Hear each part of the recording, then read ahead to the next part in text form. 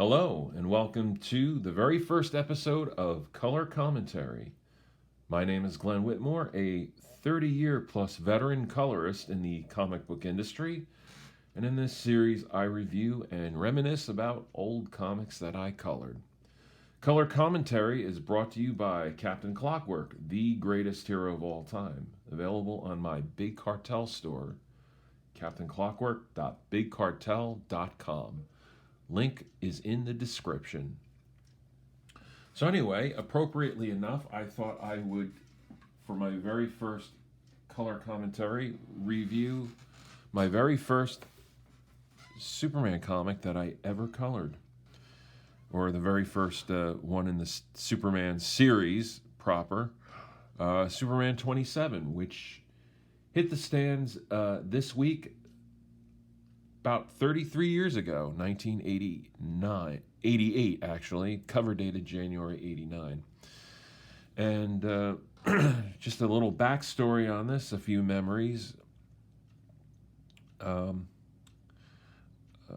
In October of 1988, I had been building up a career, doing several different various assignments for DC, coloring different jobs here and there, including Hawk and Dove, which was edited by Mike Carlin. And Mike offered me a shot at coloring Superman for a month. And he said, if it works out, you can color it for as long as you want. And I jumped on that opportunity, being that I was trying to establish myself as a DC colorist. So anyway, here we are, Superman number 27. I did not color the cover. I don't know who colored it. Perhaps Bob LaRose in production colored it. He was like the staff colorist for DC. Good color on the cover. Nice eye-catching yellow framing the main figures. Nice poppy primary colors here that are eye-catching, and these neutral-ish K-tones used on the building and the sidewalk and the newspaper machine here. So there you go. But my in October of 1988, what I did was I was given the Xeroxes to color up as spec up as guides, and that's what we did back then. We colored up guides and we gave them to a separator. So I had a few weeks in October to do that, and on October 30th, 1988, I went back into the DC offices to drop the job off, and there was Jerry Ordway and Brett Breeding in the office, and I think if one or two others in the group in Mike Carlin's office. And Mike Carlin, editor, deferred to Brett Breeding because he was the inker, and he wanted Brett's input on my colors, so he would do things like say, put some rim lighting around this figure, perhaps, because he had this thing about rim lighting, and so I had to look out for that. This Superman logo and the created by was not on the original Xerox. I had to spec that in. I drew it in and I spec'd in the colors. So back in those days, 1988, we had about 64 colors available to us, and various combinations of yellow, cyan, and magenta in tints of 25, 50%, and then solid. So we had limited color to work with, and one of the things that I really enjoyed about coloring, especially back in those days, was everything was like a puzzle. It was sort of like you were working out a crossword puzzle, and you had this limited amount of colors to work with, and it was fun. and I could do it, and it was very easy. Here's a flashback panel where I used greens because it referred to it was a flashback. It was a callback to a comic in which Superman put the villains in the Phantom Zone there. But Mike liked my work, and I passed the test on October 30th, 1988, and then I was on the Superman books. And it was a great thing to tell my parents that who had their doubts about my prospects in working in comics because it was really competitive. But we'll take panels like these here. Brett Breeding. Brett did knockouts for these the glare from the flashlights here. He would do knockouts. He would provide that on an overlay to the separator, and the separator would knock that out. But these were fun days. And I remember when the day that I turned in the guides, and we all went out to dinner later on, and it was such a thrill. It was a thrill to meet Jerry Ordway, especially because he was my hero at that time, and he still is. He's a great guy, and he's been great to me throughout my career. But I would do things like I would establish a color theme for every setting, and I would carry that through from issue to issue. Like the Daily Planet here, I used a lot of greens in the background, and I would color that through. And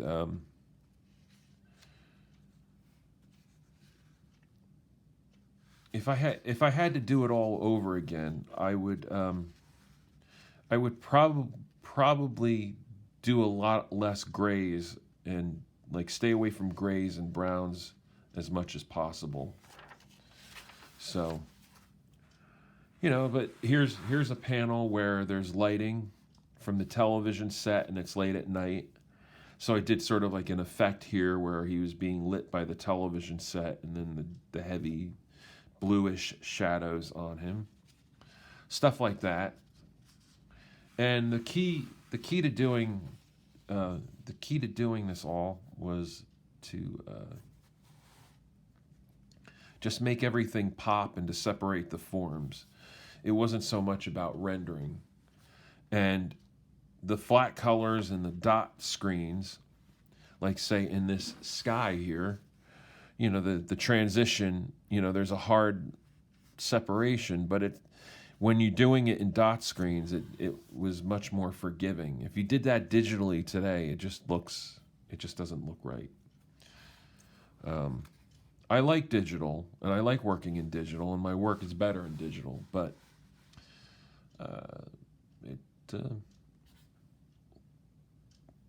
every way had its advantages. So here's a panel where Gangbuster is crashing through the window. I might have used a solid yellow instead of a solid blue. I don't know why I did that.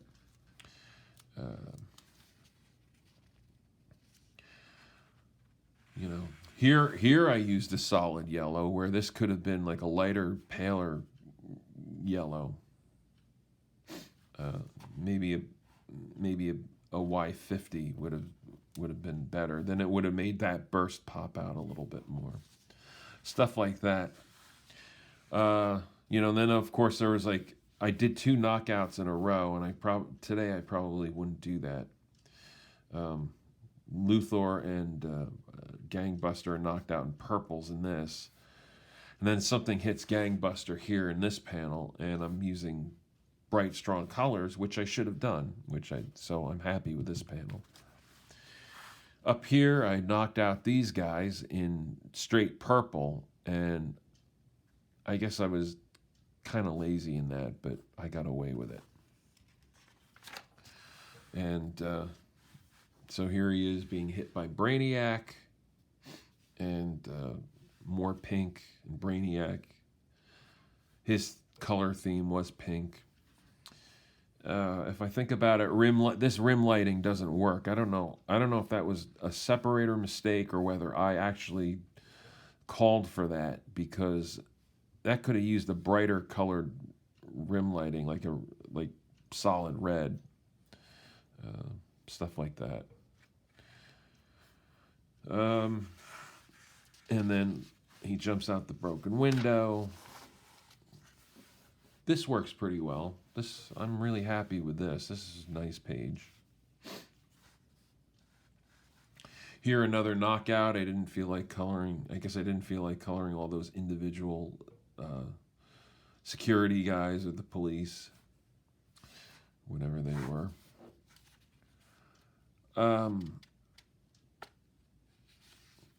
Cities tend to be dingy, gray, and brown, but still, I could have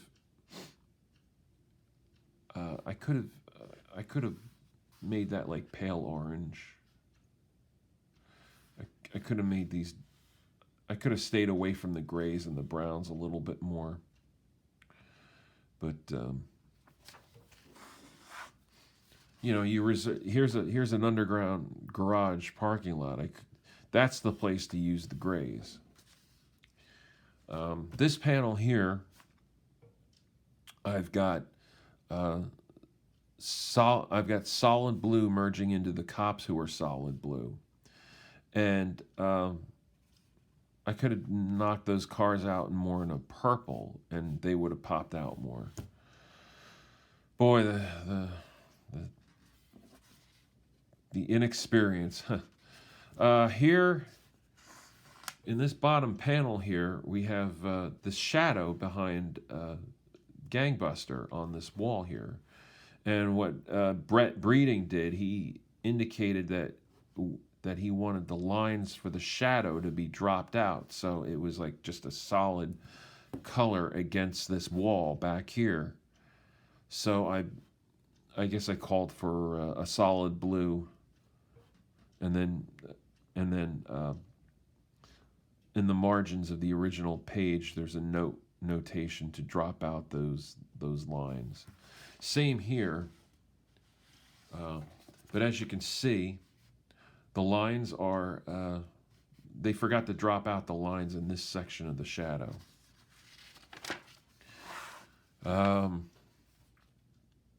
This is nice. You got a yellow light and blue shadow here. Brett called for the same thing as the previous page, except I chose a lighter color, and there's not much the contrast is too subtle to read as this shadow coming across Gangbuster. Then we have the Guardian shows up, and these are pretty good. These are pretty good panels. And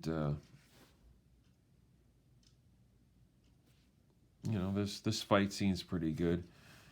Here I could have used on this panel, if I'm going to knock these two figures out, they should have been like a gold or something, or a yellow, or something that really pops out and separates them from the buildings. And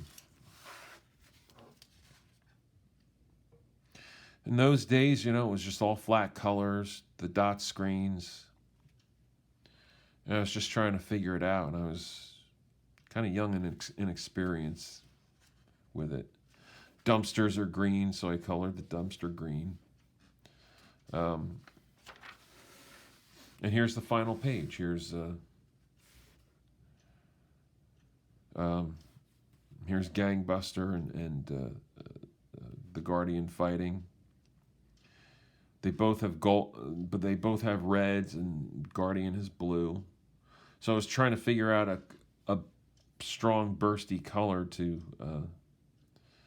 pop them out, and the only thing I could think of was 20% magenta going into 50% magenta. So anyway, so that's it. That's my color commentary for Superman 27, my very first episode, my very first Superman comic that I ever colored for Mike Carlin in DC Comics. And I hope you enjoyed this, and I hope to be doing more. And hit the like button, smash that like button, as they say, as you kids like to say. And we will catch you next time on the next episode of Color Commentary.